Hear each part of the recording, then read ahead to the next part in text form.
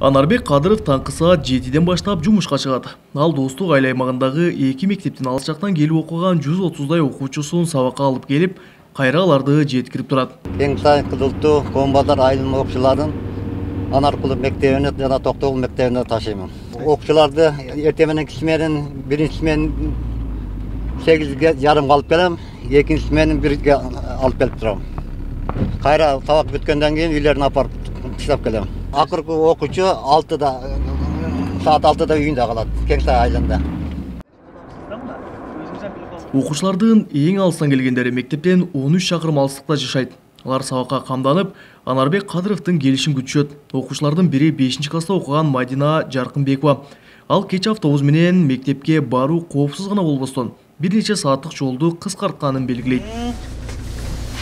Мен эгер үйдөн жөө басып мектепке барсам 2 саатта жетип барам мектепке. Эгер маршрут менен барсам 20 минутта жетип барам. Жолдо машиналар абдан кооптуу. Жолдо басканга болбойт.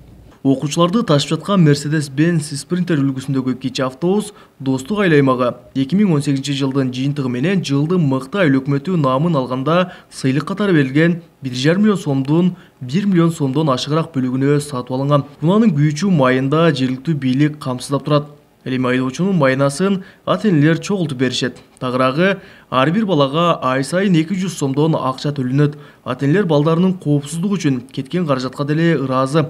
Анткени балдар мектепке жөө барса, Бишкек-Ош трассасы менен жүрүүгө туура келет. Балдардын маршрут менен барганы жакшы да бизге.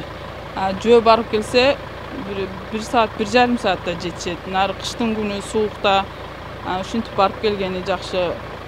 Маршрут менен барсак коопсуз болот. Мектептин алдын апарып түшүрөт, бу жерден алып кетет, бу жерде кайра алып келип түшүрүп коет.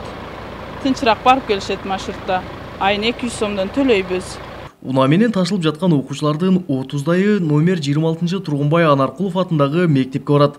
Алардын арасында 1-класстан 11-класска чейинки балдар бар. Мектеп директору окуучулардын кичи автобус менен ташылып жатканы, алардын башка окуучулар сыяктуу мектепке өз убагында келип кетүүсүн камсыздарын айтат. Албетте, окуучуларыбыз мына эртең менен 8-ге мектепке келип калуу өтө кыйын. Айныкса кыш күндөрү бул караңгы болот.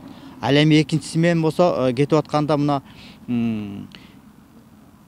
балдарыбыз талаадан өтө турган жерлери бар, көпүрөдөн өтө турган жерлери бар. Абдан кыйын болчу да. Азыр ушуга жакшы шарт түзүлүп калды. Нукен районунун Достук айыл аймагында 4 мектеп бар. Анда 1900дөй окуучу билим алат. Аймактын айрым айылдары мектептерден 13 чакырымга чейин алыс жайгашкан. Кабылбек Үшкөнбайұлы, Тынчбек Долдаев, Жалал Абад облусу.